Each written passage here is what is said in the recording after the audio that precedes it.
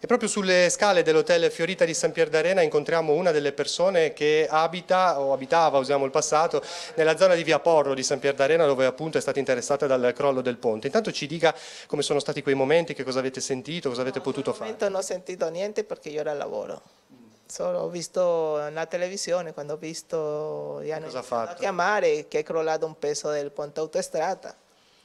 La mia collega si è crollato un ponte, pensava che era quello vicino alla casa sua, ho detto no, si è crollato un pezzo del ponte autostrada, è stato quello vicino a me.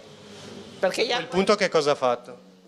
Niente, io ho detto speriamo che non ci sia tante vittime, perché già quel ponte, io ogni volta che usciva il Poiolo vedeva cadere quel ponte.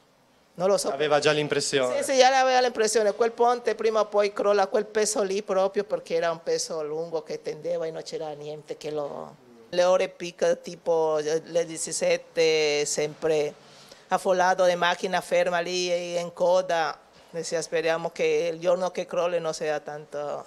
Adesso questa situazione che vivete fuori di casa, come vi siete organizzati, come la state vivendo? Guarda, io la sto vivendo da paura perché con quel problema di salute che ho, con le gambe che non posso, pure mi ha toccato un albergo che non c'era l'ascensore, andare su, giù, ogni momento stare dietro a vedere se lasciavano prendere qualcosa. Almeno. Siete riusciti a recuperare qualcosa? Oggi sì, almeno grazie a Dio, oggi sì.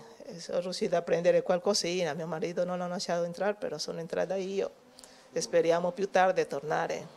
Il sindaco dice che vogliono costruire delle case nuove dove sistemarvi perché quelle non dovranno più rimanere in piedi perché c'è anche il pericolo del moncone di autostrada. Questa cosa come vi trova? Guarda, è una cosa...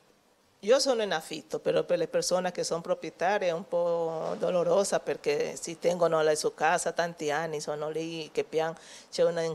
incluso c'è una signora dove lavoro io che lavoro in una residenza di anziani. La signora piangeva perché proprio la casa sua al 13 vicino sotto il ponte proprio le è crollato un pezzo lì. Lei piangeva perché non c'era nessuno, non ha fatto nessun danno, però la sua casa è tutta la vita, la signora io si piangeva per la sua casa.